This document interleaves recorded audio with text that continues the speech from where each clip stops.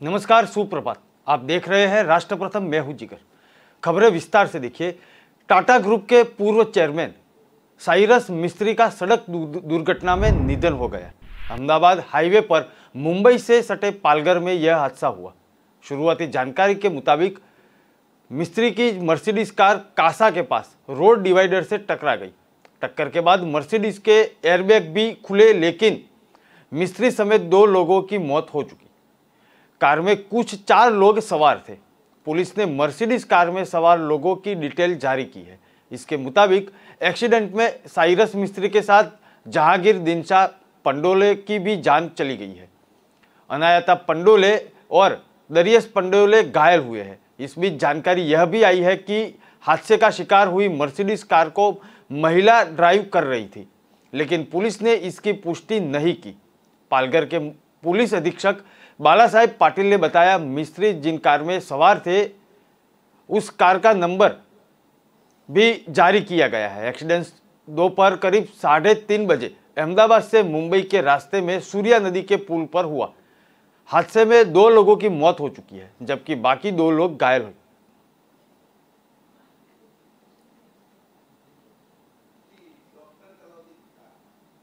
भारत का विदेशी कर्ज मार्च 2022 के अंत तक एक साल पहले की तुलना में 8.2% बढ़कर 620.7 अरब डॉलर हो चुका है। वित्त मंत्रालय की ओर से जारी आंकड़ों के अनुसार देश के इस बाह्य कर्ज का 53.2% हिस्सा अमेरिकी डॉलर के रूप में है, जबकि भारतीय रूप में देय कर्ज का 21.2% है। वित्त मंत्रालय ने कहा, भारत का बाह्य कर्ज सतत बेहतर तरीके से प्रतिदिन बढ़ता जा रहा है। मार्च 2022 के अंत में इसका आकार 620.7 अरब डॉलर था, जो एक साल पहले की तुलना में 8.2% अधिक है। घरेलू उत्पादन के अनुपात में रूप में विदेशी कर्ज 19.2% था। विदेशी मुद्रा भंडार और बाह्य कर्ज का अनुपात भी बढ़ रहा है। हालांकि बाह्य कर्ज के अनुपात के तौर पर विदेशी मुद्रा भंडार का जो फीसदी बढ़ रहा है वो पिछले साल के 100 गुना ज्यादा है, तुलना में गिरावट को दर्शाता है। वित्त मंत्रालय की रिपोर्ट कहती है कि देश का दीर्घावधि कर्ज 500 अरब डॉलर तक पहुंच चुका है, जो कुल बाह्य कर्ज का 80.4% है, जबकि 121.7 अरब डॉलर के साथ अल्पावधि कर्ज की हिस्सेदारी 19.6% है।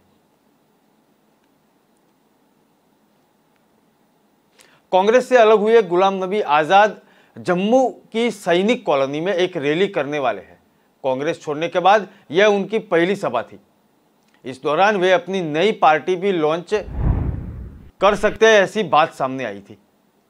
आजाद जम्मू एयरपोर्ट पर कल पहुंचे और वहां से हुजूम के साथ वो निकले। इस्तीफे के बाद आजाद ने भाजपा ज्वाइन करने के कयास निकाल रहे थे, लेकिन आजाद ने यह साफ कर दिया था कि वह जल्द ही नई पार्टी का ऐलान करेंगे। उनकी पहली यूनिट जम्मू कश्मीर में होगी, जहां साल के आखिरी में विधानसभा चुनाव होने हैं। आजाद ने 26 अगस्त को कांग्रेस छोड़ दी थी। उसके बाद जम्मू कश्मीर विधानसभा के डिप्टी स्पीकर समेत 4 नेताओं ने भी कांग्रेस को छोड़कर उनके साथ चले गए थे। इनके अलावा जम्मू कश्मीर के पूर्व उप मुख्यमंत्री ताराचंद, पूर्व मंत्री माजिद वानी और मनोहर लाल शर्मा ने भी कांग्रेस छोड़ दी है।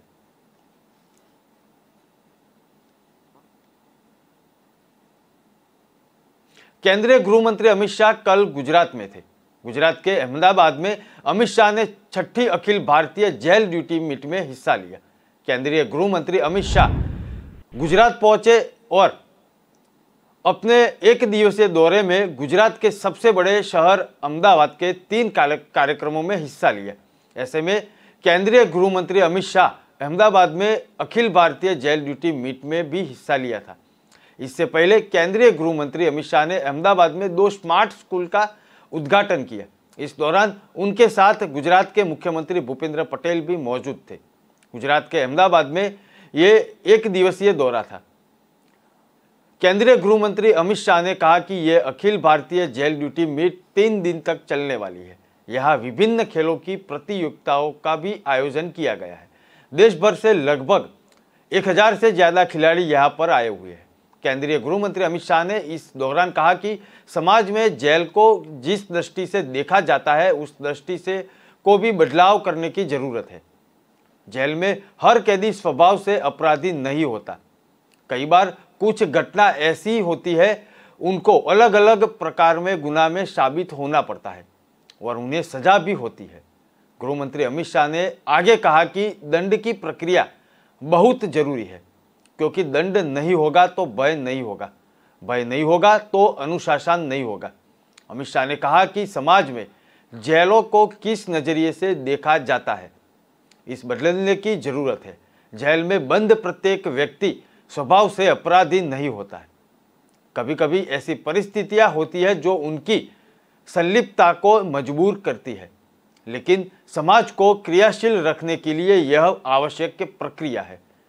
केंद्रीय गृह और सहकारिता मंत्री अमित शाह ने अहमदाबाद और गांधीनगर में 2-4 स्मार्ट स्कूलों का उद्घाटन किया।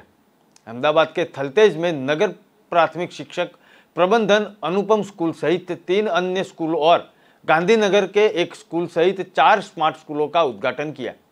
अहमदाबाद में थलतेज, नवावाड़ज, गाटलोडिया क्षेत्र में स्मार्ट स्कूल बनाए गए हैं। નથી થયો ભાઈ।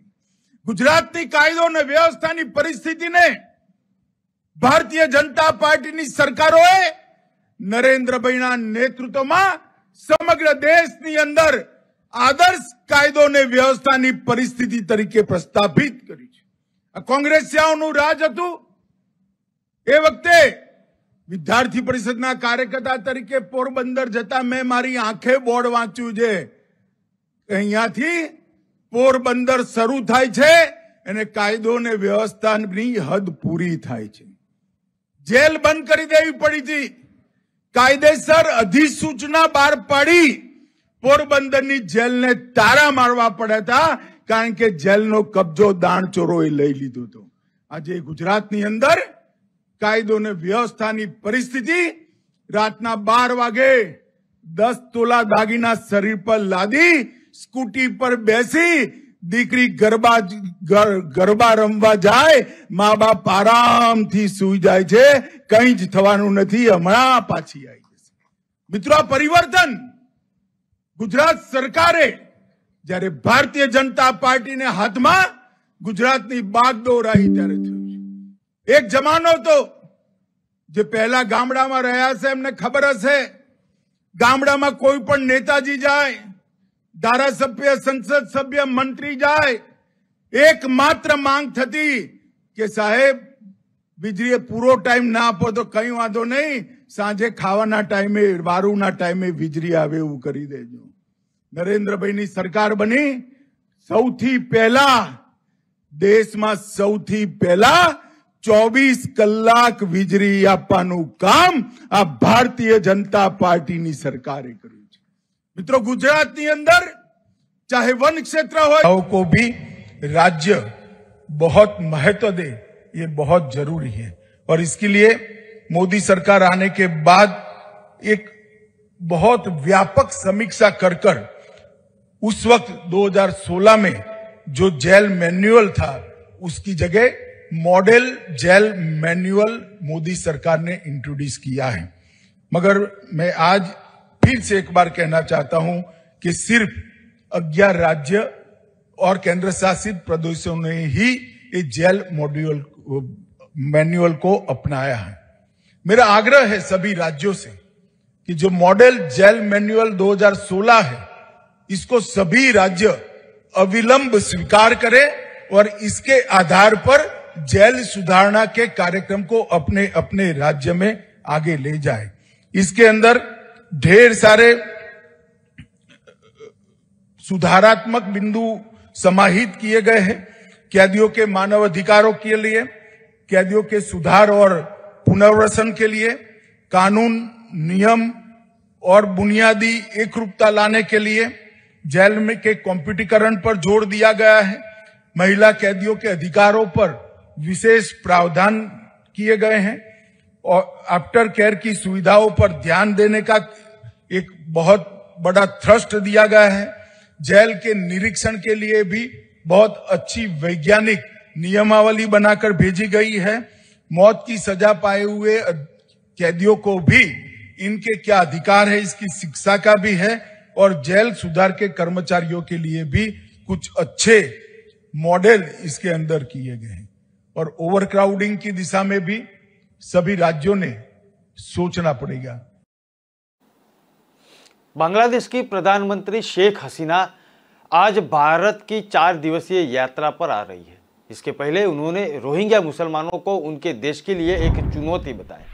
उन्होंने कहा यह देश के लिए बहुत बड़ा बोझा है और उन्हें लगता है कि इस मुद्दे का समाधान निकलने में भारत एक बड़ी भूमिका निभा सकता है। शेख हसीना ने कहा बांग्लादेश में 1 लाख से ऊपर रोहिंग्या मुसलमान हैं।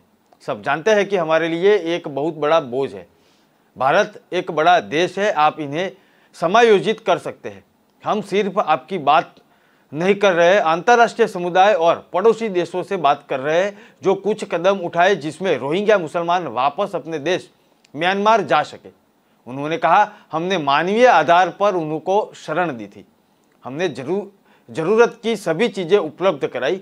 कोरोना काल में भी सभी रोहिंग्या को वैक्सीन भी लगवाई, लेकिन कितने लंबे समय तक वो यहाँ रहेंगे?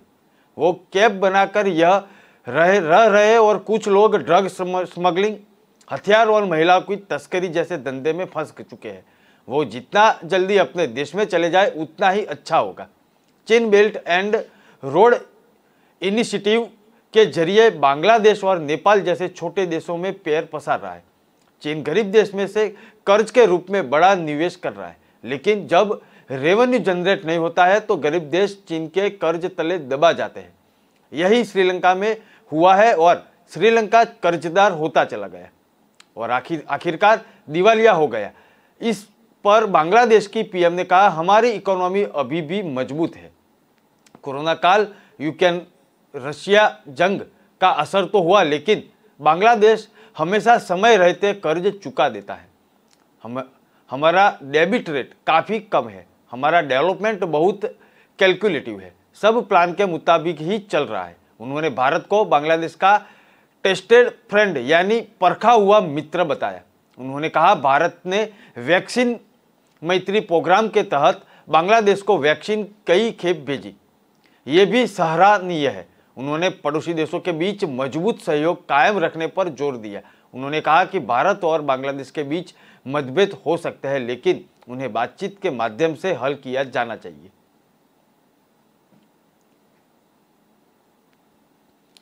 पंजाब कांग्रेस के प्रधान अमरिंदर सिंह राजा वडिंग और विधायक सुखपाल शेहरा पर एफआईआर दर्ज होने के बाद आम आदमी पार्टी और कांग्रेस में सियासी घमासान मच चुका है। यह केस अरविंद केजरीवाल के फर्जी साइन वाले लेटर को पोस्ट करने के आरोप में दर्ज हुआ, जिसमें कुछ चेयरमैनों की नियुक्ति की गई थी। यह केस मोहाली में आईपीसी धारा 465, 471 और आईटी एक्ट की धारा के तहत दर्ज हुआ। इससे भड़के राजा वेडिंग ने कहा कि वॉलंटियर ने यह लेटर पोस्ट किया है और वहीं से सबने इसे कॉपी किया था। इसे भाजपा ने भी पोस्ट किया था और उन पर एफआईआर दर्ज क्यों नहीं हुई। वहीं एमएलए सुखपाल खेरा ने भी कहा कि आप भाजपा की बी टीम बनकर काम कर रही है, कांग्रेसियों पर दबाव बनाया जा रहा है और वही भाजपा में शामिल हो जाए।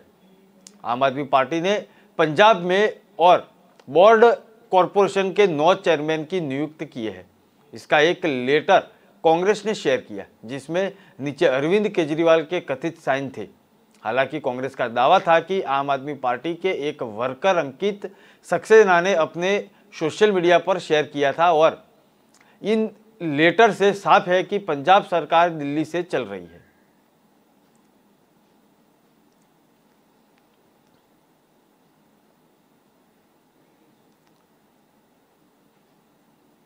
खबरें और भी है, ब्रेक।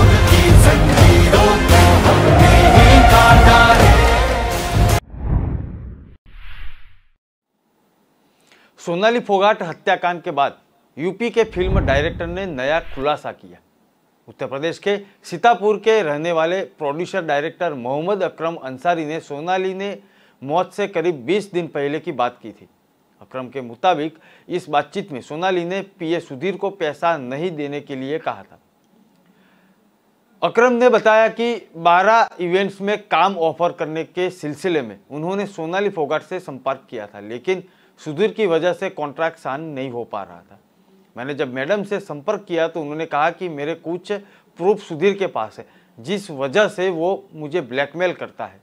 अकरम अंसारी ने बताया कि उन्होंने 8 से 9 महीने पहले 12 इवेंट्स में अभिनेत्री काम करने के लिए ईमेल के जरिए सोनाली फोगाट से संपर्क किया था। सोनाली ने पीए सुधीर सांगवान का नंबर देकर उनसे बात करने के लिए कहा। सुधीर ने बात की थी तो सुधीर ने इवेंट में सोनाली के काम करने के लिए हाँ भी भर दिए थी। अकरम ने सुधीर से कहा कि आप एक बार मैडम से बात कर ले। इस पर सुधीर ने कहा कि उनके सारे फैसले वही लेता है। काफी कहने के बाद सुधीर ने सोनाली से बात कराई तो उन्होंने काम करने के लिए हाँ भी भरते हुए एग्रीमेंट भेजने की बात कही। अकरम ने बताया कि सोनाली ने हामी भरने के बाद उन्होंने एग्रीमेंट 1.5 करोड़ का एग्रीमेंट तैयार करवाकर उसकी कॉपी सुधीर सांगवान के मोबाइल पर व्हाट्सएप कर दी। अकरम ने एग्रीमेंट सीओ को दिखाने की बात की और सुधीर ने बताया कि वह पहले सरकारी वकील था, अब मैडम के साथ काम कर रहा है। उसमें एग्रीमेंट साइन करने के लिए दिल्ली या हिसार आने का न्योता दिया। एक दिन सुधीर बिना बताए सोनाली को दिल्ली से लाया और वहां से फोन किया और एग्रीमेंट के लिए आप नहीं, अब हम हिसार वापस जा रहे हैं। सुधीर ने ऑनलाइन एग्रीमेंट करने की बात कही और पैसा अकाउंट में ट्रांसफर करने का दबाव बनाया। इस पर अकरम ने कहा कि जब तक वे सोनाली के से मिलकर उन्हें काम नहीं समझा देंगे तब तक एग्रीमेंट नहीं करेंगे। अकरम ने बताया कि मौत से करीब 20 दिन पहले सुधीर के फोन से सोनाली से बात हुई थी।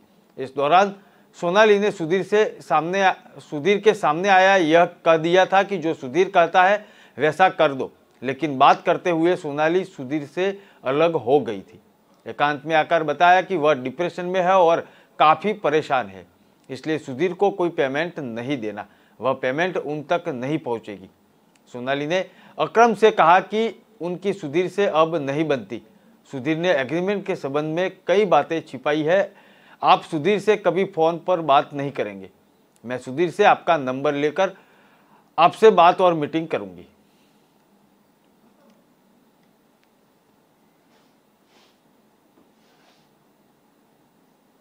तुम्हारी शादी को 3 साल होने वाले हैं। यदि तुम मुसलमान बनकर जाओगे तो 5 लाख रुपया देंगे। यदि तुम अपने होने वाले बच्चे को दोगे तो 1 लाख रुपया देंगे। तुम सॉफ्टवेयर डेवलपर हो और इंडियन बैंकिंग भी जानते हो। हमें तुम्हारी जरूरत है। हमने तुमने कॉन्ट्रैक्ट करने की कोशिश भी की है। अभी यूपी में तुम्हारे नंबर पर कॉल भी आया होगा। बोला होगा मुन्ना है क्या, तुम मिल जाओ वरना सिर कलम करना हम जानते हैं। हिंदुओं का नरसंहार होने वाला है। उत्तर में अमेरिका ने अपनी सेना लगा दी है और दक्षिण में लगा दी है। चीन और अमेरिका दोनों मिलकर हिंदुस्तान में नरसंहार करेंगे। ये धमकी भरा लेटर भीलवाड़ा के एक सॉफ्टवेयर इंजीनियर को मिला है। धर्म परिवर्तन का दबाव बनाते हुए युवक को सिर तन से जुदा करने की धमकी दी गई है। घर की बालकनी में मिले लेटर के बाद पूरा परिवार डरा हुआ है और खुद को घर में बंद कर लिया गया है। मामला सामने आने के बाद पुलिस ने एक युवक को यूपी में हिरासत में लिया है। बीकानेर के सुभाष नगर थाना प्रभारी नंदलाल रिणवा ने बताया कि शहर के विद्युत नगर निवासी विजय अग्रवाल ने थाने में रिपोर्ट दर्ज करवाई है। उन्होंने बताया कि वो पुणे स्थित एक बैंक में सॉफ्टवेयर इंजीनियर है। 4 दिन पहले पिता पूर्णचंद की तबीयत खराब होने के कारण यह भीलवाड़ा आया हुआ है। 1 सितंबर की दोपहर घर की बालकनी में उन्हें एक लेटर मिला। उसमें अपना और अपने बच्चों का धर्म बदलने के लिए लिखा हुआ था। उन्हें भीलवाड़ा लाया गया और एक युवक को डिटेन भी किया गया है। थाना प्रभारी रिणवा ने बताया कि विजय को मिले धमकी भरे लेटर के मामले में पुलिस काफी गंभीर है। इस मामले में पूरी जांच की जा रही है। परिवार को सुरक्षा मुहैया करवाई जाएगी।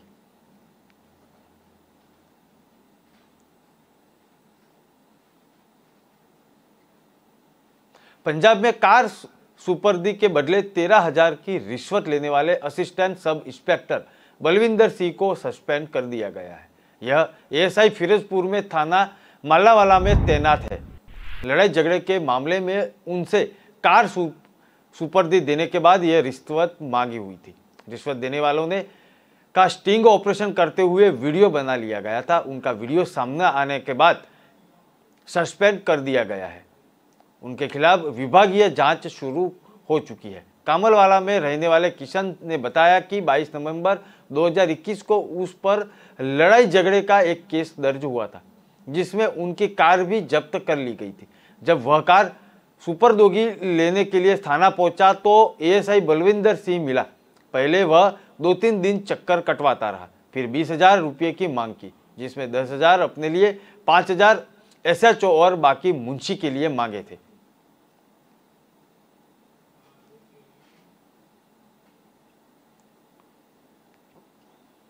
गुजरात में बनासकांठा जिले में डीसा शहर में 11 हिंदू संगठनों ने लव जिहाद के खिलाफ रैली निकाली थी, जिसमें 15,000 से अधिक लोग शामिल हुए। जैसे ही रैली हीरा बाजार पहुंची तो भीड़ बेकाबू हो चुकी थी। उसको कंट्रोल करने के लिए पुलिस को लाठी चार्ज करना पड़ा। इसमें कुछ लोगों को चोट आई। इलाके में तनाव को देखते हुए शहर में भारी पुलिस बल तैनात कर दिया गया था।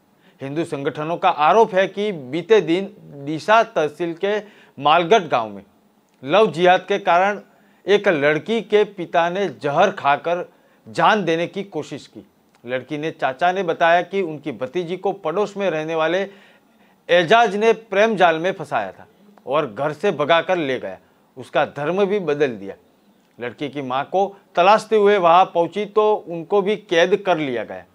उसके बाद एजाज के परिवार वालों ने मां बेटी की रिहाई के बदले में 25 लाख रुपए की मांग की। इससे परेशान होकर लड़की के पिता ने जहर खा लिया। उनका एक निजी अस्पताल में इलाज चल रहा है। हिंदू संगठनों की मांग है कि पुलिस लव जिहाद के मामले में सख्त कार्यवाही करे। पुलिस ने इन मामले में एजाज, उनके भाई और माता पिता को हिरासत में ले लिया गया।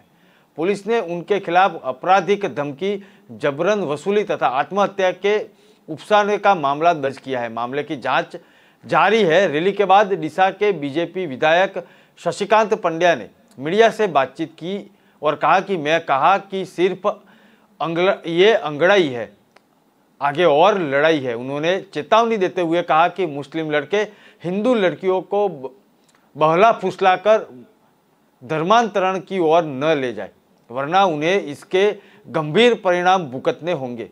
मैं उन लड़कों, बड़ों बुजुर्ग को भी चेतावनी देता हूं, इस मामले में चुप्पी साधने की बजाय अपने बच्चों को समझाए।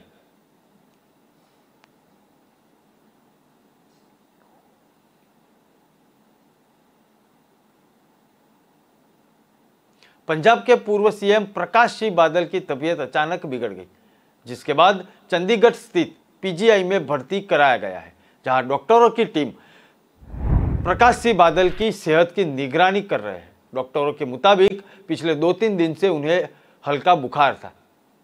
इससे पहले भी उन्होंने अपनी सेहत की जांच कराई थी। पीजीआई में उनके टेस्ट किए गए थे। फिलहाल उनका स्वास्थ्य सामान्य है। प्रकाश सिंह बादल को कोरोना भी हो चुका है। जनवरी महीने में वह चेकअप के लिए लुधियाना के प्राइवेट अस्पताल में आए थे। यहाँ उनके कोविड पॉजिटिव होने की पुष्टि हुई थी। हालांकि बाद में वह इनसे रिकवर हो चुके थे। इसके बाद मोहाली और पीजीआई में भर्ती की उनकी सेहत की जांच की जा चुकी है। प्रकाश सिंह बादल 5 बार पंजाब के मुख्यमंत्री रह चुके हैं। उनकी उम्र 43 साल की थी तब वह पहली बार मुख्यमंत्री बने थे। पंजाब के सबसे युवा सीएम वो रह चुके हैं।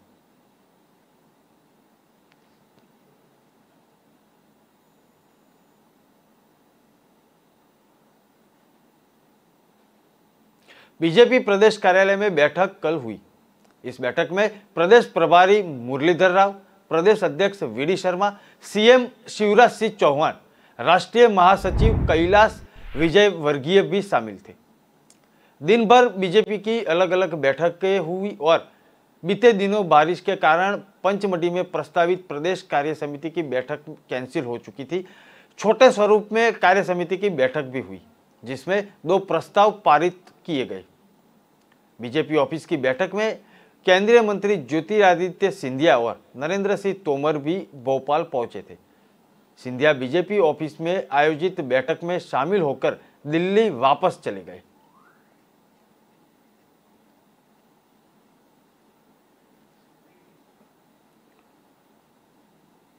खबरें और भी है, ब्रेक के बाद फिर मिलेंगे।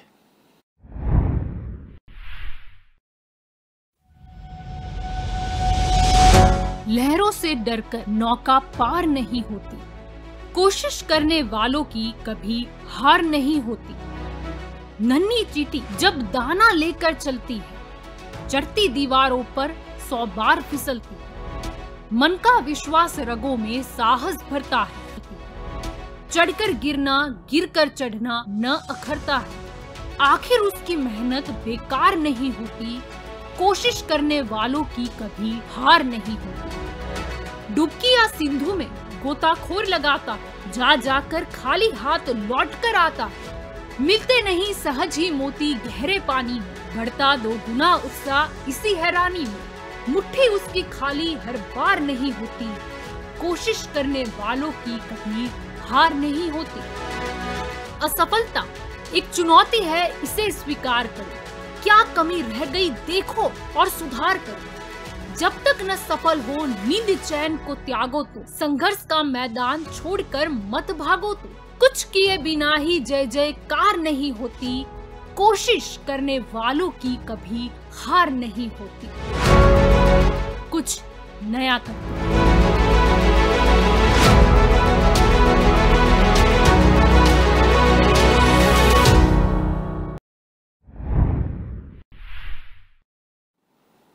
बिहार की सत्ताधारी पार्टी जेडीयू ने 2024 के लोकसभा चुनाव को लेकर अपनी तैयारियां को तेज कर ली है।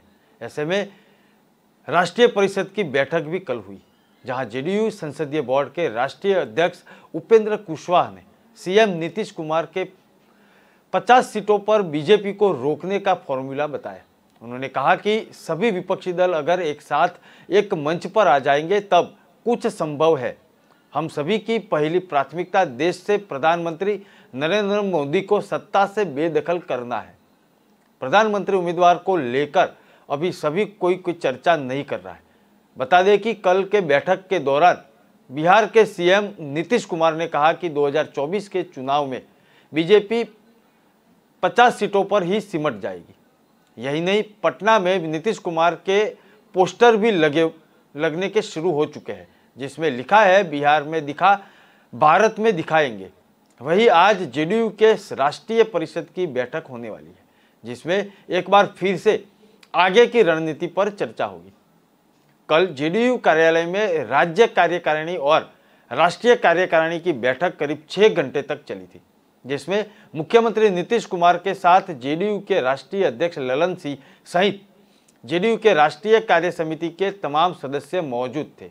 मुख्यमंत्री नीतीश कुमार विपक्ष को एकजुट करने के लिए दिल्ली के दौरे पर जा रहे हैं। सभी नेताओं को वो मिलेंगे। इधर राज्य कार्यकारिणी बैठक में के बाद नीतीश ने कहा कि देश की जनता सब देख रही है, देश में लोकतंत्र को खत्म किया जा रहा है। 2024 के परिणाम में जनता बताने का काम करेगी। वही बैठक खत्म होने के बाद श्रवण कुमार ने बताया कि इस बैठक का एक लक्ष्य है, भाजपा को 2024 से हटाना है और महागठबंधन की सरकार दिल्ली में बनाना है।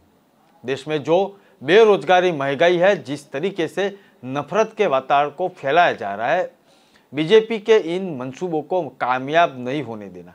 जिस तरीके से भाजपा के साथ 1970 के आसपास हुआ था, उसी तरीके से इसी स्थिति बनाने की कोशिश किया जा रही है। बिहार में अगर नफरत से लाए जाएंगे तो उनका जवाब उनको हमेशा मिलता रहेगा।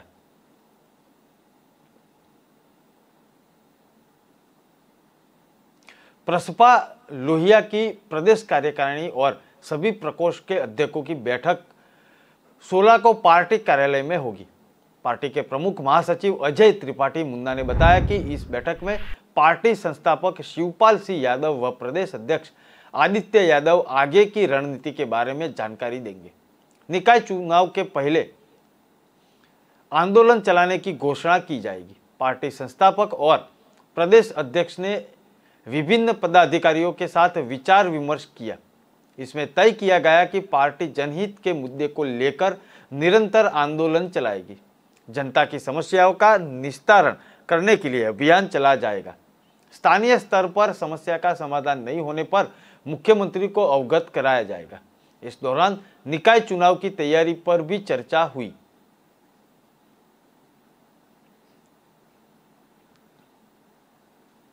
उत्तर प्रदेश के डिप्टी सीएम केशव प्रसाद मौर्य ने कांग्रेस पार्टी पर करारा हमला किया। 2 दिन के दौरे पर प्रयागराज पहुंचे डिप्टी सीएम केशव मौर्य ने कहा कि कांग्रेस पार्टी और उनकी अध्यक्ष खुद भ्रष्टाचार में डूबे हुए हैं। कांग्रेस के हल्ला बोल रैली पर निशाना साधते हुए उन्होंने कहा कि कांग्रेस ने अपने शासनकाल में देश को बहुत नुकसान पहुंचाया है, देश को पीछे धकेल दिया। उसकी हल्ला बोल रैली महज एक ढोंग है। कौशाम्बी जाने से पहले केशव ने प्रयागराज में कहा कि कांग्रेस पार्टी अब अंत की ओर है, उस पार्टी का कोई भविष्य नहीं है। कांग्रेस ने देश को नुकसान पहुंचाने का काम किया है, अब कांग्रेस धीरे धीरे खत्म होने की ओर है। उनकी रैली के सरकार पर कोई फर्क नहीं पड़ेगा। भ्रष्टाचार ने इस देश को खोखला करने का काम उन्होंने किया है। सही मायने में कांग्रेस भ्रष्टाचार की जननी है। केशव बोले, शिवपाल और राजभर इच्छा जताएंगे तो उन पर विचार होगा। शिवपाल यादव और ओम प्रकाश राजभर के भाजपा में शामिल होने पर केशव प्रसाद मौर्य ने कहा कि वैकेंसी या नो वैकेंसी का फिलहाल कोई सवाल ही नहीं है।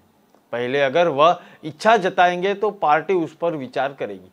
यह निर्णय वैसे भी पार्टी आला कमान को लेना है। निजी मदरसों के सर्वे के सवाल पर केशव ने कहा कि सर्वे इसलिए किया जा रहा है ताकि किसी गलत हरकत का पता चल सके, नीति बनाकर मदरसों का आधुनिकीकरण किया जा सके, मदरसे में पढ़ने वाले बच्चों को अच्छा डॉक्टर इंजीनियर बनाया जा सके।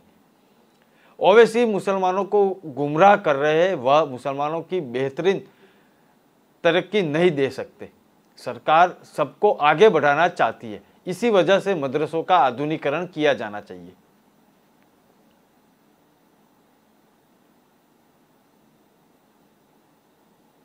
धान के सीजन में बिजली कटौती ने किसान को परेशान कर दिया गया है। ऐसे में किसान सड़कों पर आने को मजबूर हो चुके हैं। समाधान दिवस में किसान बिजली कटौती के विरोध में तहसील परिसर में धरने पर बैठ गए। जिले में सबसे ज्यादा समस्या विद्युत वितरण खंड द्वितीय दातागंज में है। दातागंज तहसील को जिले की धान बेल्ट के रूप में जाना जाता है।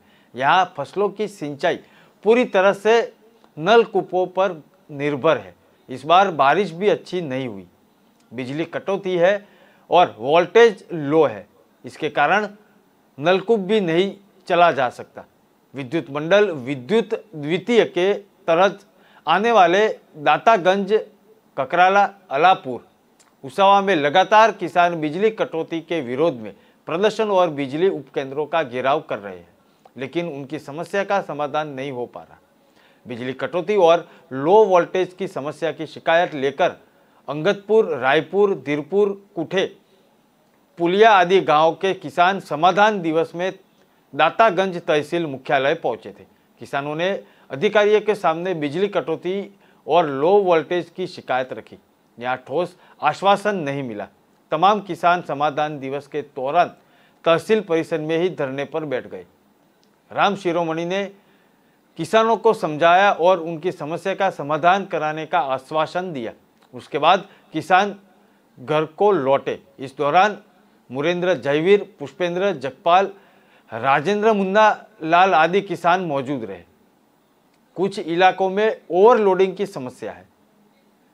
किसानों और आम उपभोक्ताओं को बिजली कटौती का सामना करना पड़ रहा है।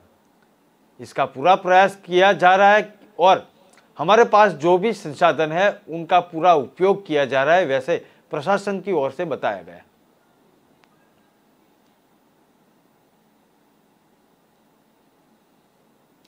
यूपी के उप मुख्यमंत्री ब्रिजेश पाठक सीतापुर के दौरे पर है। सुबह 9:30 बजे डिप्टी सीएम ने तहसील सिंधोकिनी के आंगनबाड़ी केंद्र की मुलाकात की। बाल विकास सेवा एवं पुष्पाहार विभाग द्वारा संस्कार एवं गोद भराई कार्यक्रम में 5 महिलाओं की गोद भराई की और 3 बच्चों का अन्नप्राशन करने और खीर खिलाई। इस दौरान डिप्टी सीएम शिक्षक की भूमिका में दिखाई दिए गए।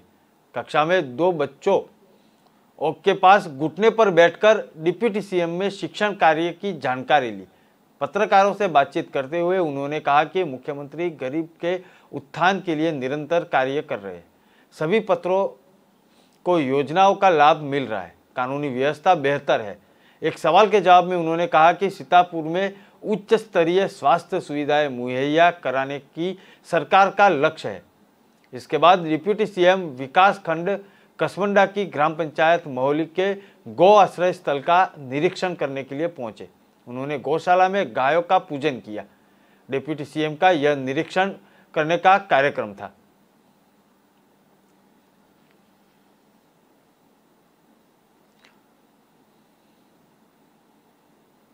जम्मू कश्मीर के पूर्व मुख्यमंत्री गुलाम नबी आजाद अपने नए राजनीतिक करियर की जम्मू से शुरुआत कर दी गई है। उन्होंने कल सैनिक फार्म में बड़ी जनसभा को संबोधित किया। कार्यक्रम में लोगों की भीड़ जुटाकर क्षेत्रीय और राष्ट्रीय राजनीतिक दलों को अपनी मजबूती का संदेश देने की कोशिश की। जम्मू में आजाद ने कहा कि मेरे दिल की धड़कने में जम्मू कश्मीर की पूरी जनता बसती है। कांग्रेस की सेवा 50 साल तक की और कई ओहदे पर वो रहे थे। इसमें मुख्यमंत्री और केंद्रीय मंत्री तक शामिल है। अब मैं कुछ नहीं हूँ, सिर्फ इंसान हूँ। सभी को पता है कि मेरा मजहब इस्लाम है। मेरे कांग्रेस छोड़ने के बाद बड़ी संख्या में प्रदेश के लोगों ने पार्टी से इस्तीफा दिया और सहयोग दिया है। आप सभी लोगों के संदेश पढ़ने में मुझे 1 साल लगेगा। इसके लिए सभी का आभार जताता हूँ। उन्होंने कहा कि कांग्रेस के 5 विधायक भी उनके साथ इस मंच पर है। जनसभा को संबोधित करने के दौरान उन्होंने कहा कि कांग्रेस के लोग अब सिर्फ बसों में जेल जाते हैं। वे डीजीपी कमिश्नर को बुलाते हैं, अपना नाम लिखवाते हैं और 1 घंटे के भीतर चले जाते हैं। यही कारण है कि कांग्रेस विकसित नहीं हो पाई। कांग्रेस हमने खून पसीने से बनाई थी। यह कंप्यूटर, ट्वीट और मैसेज से नहीं बनी। कांग्रेस नई पार्टी के ऐलान से बौखला गई है। मैं किसी का बुरा नहीं चाहूँगा, मेरे लिए सभी बराबर है। आजाद ने कहा कि उन्होंने पद में रहने के दौरान किसी समुदाय के साथ भेदभाव नहीं किया। अमरनाथ यात्रा जाने वाले के लिए भगवती नगर में 4 मंजिला भवन तैयार करवाया, जो रिकॉर्ड 3 महीने में तैयार करवाने का है। हज यात्रा हाउस में भी सभी सुविधाएं उपलब्ध करवाई है। देश भर में 6 एम्स तैयार करवाए, जो दूसरी हुकूमत नहीं कर पाई। प्रदेश में गोल्फ कोर्स तैयार करवाया, हरी पार्क बनवाया, जनाना पार्क भी बनवाया, तहसील और अलग अलग पुल भी बनवाए। कांग्रेस से इस्तीफा देने के बाद अपने गृह स्थल जम्मू में आजाद पहली बार किसी जनसभा में पहुंचे थे। उसी जगह पर पिछले साल कांग्रेस के G23 समूह की जनसभा हुई थी।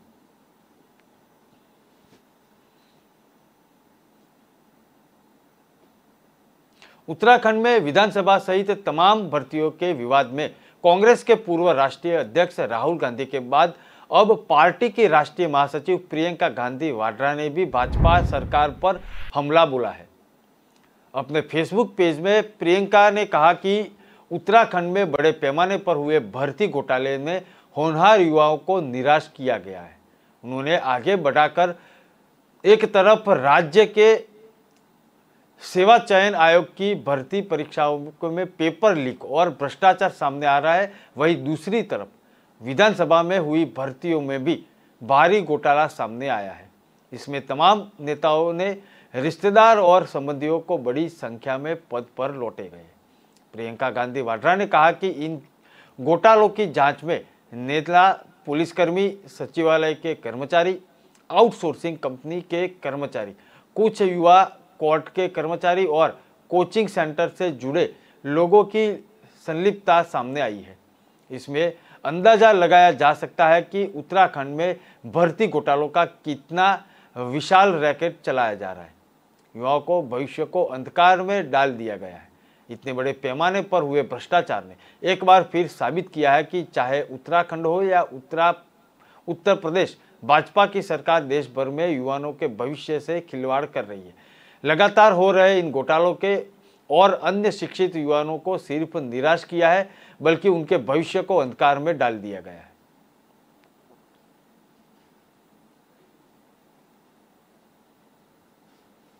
खबरें और भी है, ब्रेक के बाद।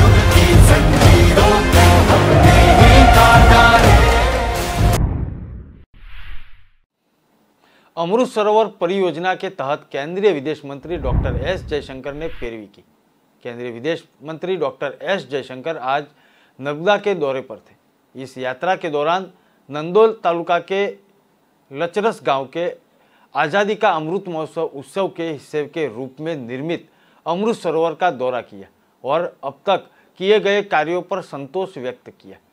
मंत्री के इस दौरे के दौरान जिला कलेक्टर श्वेता तेवतिया, जिला पंचायत अध्यक्ष नर्मदा शुगर और भरूच दूधधारा डेयरी के अध्यक्ष भी मौजूद रहे। केंद्रीय विदेश मंत्री डॉक्टर एस जयशंकर ने जलाभिषेक किया और पूजा अर्चना भी की।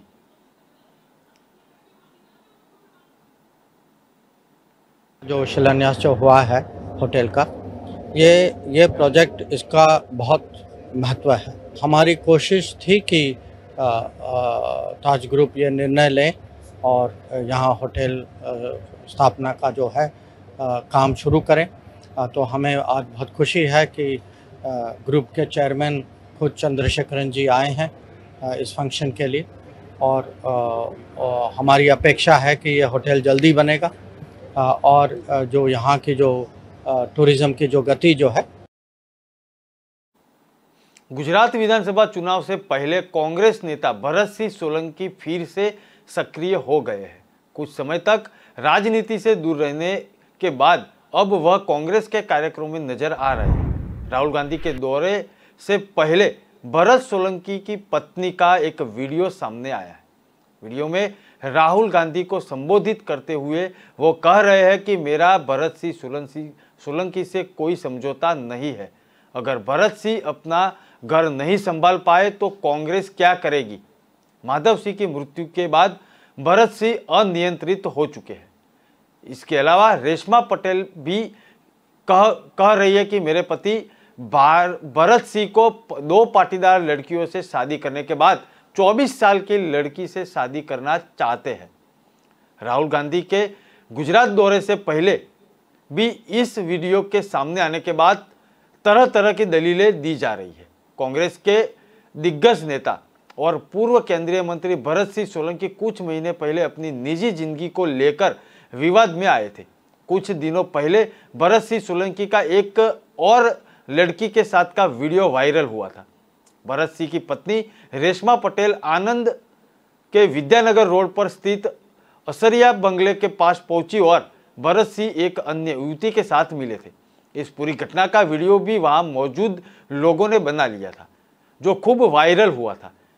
जिसके बाद उन्होंने प्रेस कॉन्फ्रेंस में इस मुद्दे पर सफाई जताते हुए कहा था कि उनकी जान को खतरा है। जिसके बाद गृह विभाग के निर्देश पर भरत सोलंकी को सुरक्षा प्रदान की गई थी। आनंद पुलिस के कमांडो सुरक्षा मुहैया करवाई गई थी। भरत सिंह सोलंकी ने कहा था कि गुजरात की राजनीति और निजी विवाद के पीछे पिछले 7 महीने से चल रही है। रोज अनगिनत लोग मुझे पूछते थे कि तुम कुछ क्यों बोल नहीं पा रहे। 1992 में राजनीति में प्रवेश किया। लोगों ने कार्यकर्ता और आला कमान का आशीर्वाद मेरे साथ है। मेरे पास 30 साल का सार्वजनिक जीवन है। भ्रष्टाचार की कभी कोई बात नहीं सुनी। अब चुनाव आता है तो कुछ होता है। राम मंदिर वाले बयान को लेकर भी विवाद खड़ा हो चुका था। मेरा मतलब समझाने के लिए पूरा वीडियो देखे। सब कुछ टूटा हुआ था और प्रस्तुत किया गया था। ये सब बात सामने आई तब वो बोल रहे थे कि मेरी पत्नी कहती थी कि मैं नहीं जाऊं। मेरे पिता को फोन किया गया और भारत अब कुछ नहीं है और मेरे साथ नहीं है। उस पर मुझने पूछा कि मेरा क्या है, संपत्ति का क्या है। जब मैं ऑक्सीजन पर था वे मुझसे संपत्ति चाहते थे। ये बड़ी बातें जब सामने आई तब भरत सिंह सोलंकी की पत्नी रेशमा पटेल की ओर से कल एक वीडियो सामने आया है और उन्होंने अपनी बात रखी है। राहुल गांधी को बात पहुंचाने का ये मामला सामने आया हुआ है।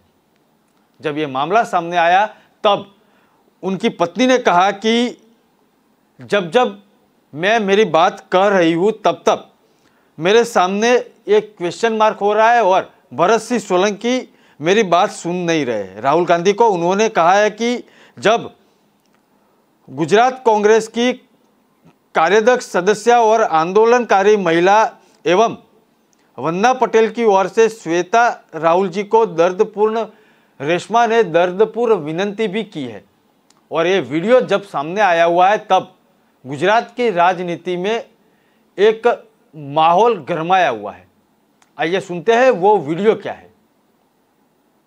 आदरणीय राहुल जी, नमस्कार। गुजरात में आपका स्वागत करती हूँ।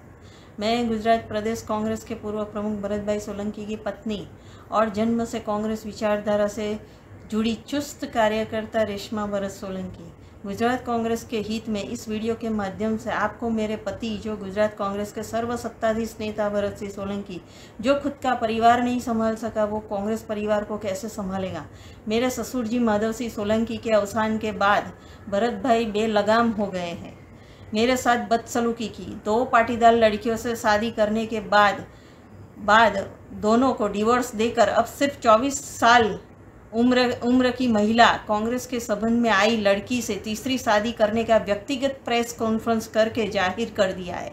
मेरे साथ शादीशुदा होने के बावजूद 69 इयर्स उम्र के भरत भाई सोलंकी अपने से 45 साल छोटी उम्र की एक 24 साल उम्र की लड़की के घर में हाफ पैंट पहनकर रात को रंगरलियां मनाते हुए पकड़े गए, जिसकी लाइव वीडियो समाचारों में व्यापक हुई, जिससे शर्मिंदा होकर खुद जाहिर किया कि थोड़ी महीनों के लिए कांग्रेस से दूर रहेंगे। फिर भी कांग्रेस हाईकमांड ने कोई एक्शन नहीं लिया, जबकि कांग्रेस से दूर रहने का उनका खुद का कन्फेशन है। गुजरात कांग्रेस में और ख़ास करके महिला कांग्रेस में भरत भाई का क्या और कैसा कैरेक्टर है वो सब जानते हैं। आजकल भरत भाई सोलंकी कांग्रेस के राजकीय क्षेत्र में ऐसा बता रहे हैं कि उनका मेरे साथ कॉम्प्रोमाइज़ हो गया है। ये बिल्कुल झूठ है। ऐसा कांग्रेसी नेता को स्टेज पर बिठाकर कांग्रेस को गुजरात में जीत हासिल हो सकती है। बाकी और मैं आपको लेटर में लिख के भेजती हूँ, आप ये बात को सीक्रेट रखना। मेरा भविष्य तो ईश्वर के हाथ में है, लेकिन कांग्रेस का भविष्य आपके हाथ में है। शुभेच्छा।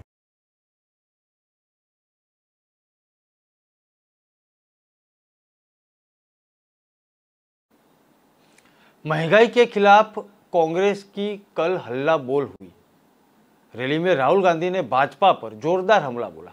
किसान, बेरोजगारी, महंगाई से लेकर कई मुद्दों पर उन्होंने मोदी सरकार को आड़े हाथों लिया। उन्होंने बार बार सीधे तौर पर नाम न लेते हुए 2 उद्योगपतियों के सहारे पीएम मोदी को घेरने की कोशिश की। राहुल गांधी ने ईडी की कार्यवाही पर भी मोदी सरकार पर निशाना साधते हुए कहा कि मुझे 55 घंटे तक पूछताछ की गई। 55 घंटे क्या, 500 घंटे तक 5 साल भी पूछताछ कर लो, फर्क मुझे नहीं पड़ेगा। आइए जानते हैं हल्ला बोल रैली में क्या क्या राहुल गांधी ने कहा। कांग्रेस नेता ने कहा कि यूपीए सरकार ने किसानों और मजदूरों के लिए बहुत से काम किए। हम मजदूरों के लिए मनरेगा योजना लेकर आए थे। प्रधानमंत्री मोदी ने संसद में कहा, मनरेगा गरीबों का अपमान है। अगर यूपीए का मनरेगा नहीं होता तो हिंदुस्तान में आग लग जाती। उन्होंने कहा, नरेंद्र मोदी ने हमारी आर्थिक शक्ति को खत्म कर लिया। 40 साल में बेरोजगारी सबसे ज्यादा है। मुझे यह कहते हुए अच्छा नहीं लग रहा है कि यह देश अपने युवाओं को रोजगारी नहीं दे पाएगा। उन्होंने कहा कि 2 उद्योगपति देश को रोजगार नहीं दे पाएंगे। देश को रोजगार छोटे उद्योग देते हैं, किसान देते हैं, लेकिन मोदी सरकार ने उनकी कमर तोड़ दी है। राहुल गांधी ने कहा कि यूपीए सरकार ने 27 करोड़ लोगों को गरीबी से उबारा था, लेकिन मोदी सरकार ने 8 सालों में 23 करोड़ लोगों को गरीबी में झोंक दिया है। आटा, दाल, पेट्रोल, तेल से लेकर हर वस्तु की कीमत आसमान छू रही है। हिंदुस्तान में आम नागरिक मुश्किल में है। देश का नुकसान हो रहा है। 70 साल में कांग्रेस ने ऐसी महंगाई कभी नहीं दिखाई। सिर्फ कांग्रेस ही देश को बचा सकती है।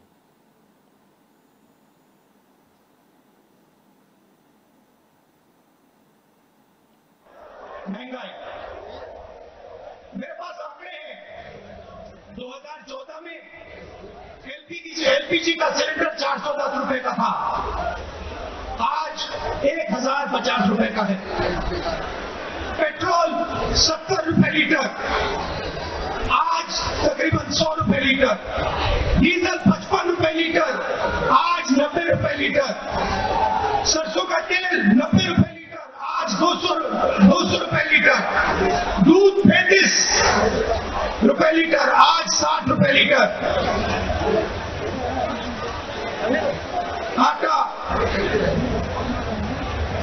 22 रुपए लीटर, आज 40 रुपए लीटर केजी। तो एक तरफ आपको बेरोजगारी से चोट लग रही है और दूसरी तरफ जबरदस्त महंगाई। आने वाले कैसे महंगाई मुद्दा रहेगा या आगामी 2024 के? नहीं बिल्कुल, ये 2024 के चुनाव के नजरिए से नहीं हम रैली कर रहे हैं। आज जनता के सामने जो चुनौतियां हैं, सबसे बड़ी चुनौती महंगाई की है, बेरोजगारी की है, चिंताजनक है। और 5 अगस्त को भी हमने प्रदर्शन किया था, 70 सांसद गिरफ्तार हुए थे, राहुल गांधी जी भी गिरफ्तार हुए थे, हमें 7 घंटे तक किंग्सवे कैंप में बिठाया गया। उसके चलते चलते ये रैली हो रहा है और अलग अलग राज्यों, करीब 12-13 राज्यों से लोग आ रहे हैं और एक जबरदस्त और एक प्रभावशाली संदेशा हम भेजना चाहते हैं असंवेदनशील मोदी सरकार को कि कमर तोड़ महंगाई से, बढ़ती हुई बेरोजगारी से जनता बहुत पीड़ित है और इसके लिए कुछ समाधान करना चाहिए। बीजेपी सर ये आरोप लगा रही है कि करप्शन से ध्यान हटाने के लिए आप रैली कर रहे हैं। बिल्कुल नहीं, हम एक साल से हम ये प्रदर्शन कर रहे हैं। एक साल जयपुर में रैली हुआ था दिसंबर 2021 में, जैसा कि मैंने कहा विजय चौक में 70 सांसद गिरफ्तार हुए थे। पार्लियामेंट, संसद के अंदर हमने ये मुद्दे उठाए हैं, संसद के बाहर हम उठा रहे हैं, अलग अलग राज्यों में हमारा प्रदर्शन हुआ है और ये इसका एक इसी श्रृंखला में ये महंगाई पर हल्ला बोल रैली है। और 7 तारीख को कन्याकुमारी से भारत जोड़ो यात्रा की शुरुआत होगी और भारत जोड़ो यात्रा में भी सबसे बड़ा जो मुद्दा है वो आर्थिक विषमता। सर बीजेपी ये कह रही है कि ईडी और सीबीआई का जिस तरीके से शिकंजा कसा हुआ है, पूछताछ हो रही है, उसको लेकर नहीं, मोदी सरकार तो कहेगी, क्योंकि मोदी सरकार के 2 भाई हैं, बेरोजगारी और महंगाई, और मोदी सरकार के 2 भाई हैं ईडी। दुबई में खेले गए एशिया कप सुपर 4 मैच में पाकिस्तान ने भारत को 5 विकेट से हरा दिया। टीम इंडिया ने पहली पारी में 20 ओवर में 7 विकेट पर 181 रन बनाए। विराट कोहली ने सर्वाधिक 60 रन बनाए।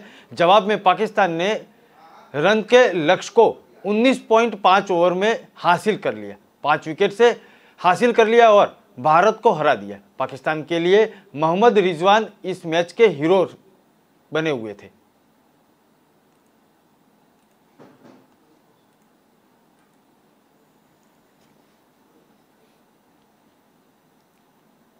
विस्तार से खबरें पढ़ने के लिए आप हमारे वेबसाइट का भी प्रयोग कर सकते हैं। हमारे वेब का पता है www.kalamkartavya.com। हमारी कलम ही हमारा कर्तव्य है के साथ उद्देश्य के साथ खबरों को आप राष्ट्र प्रथम पर देखते रहिए। नमस्कार।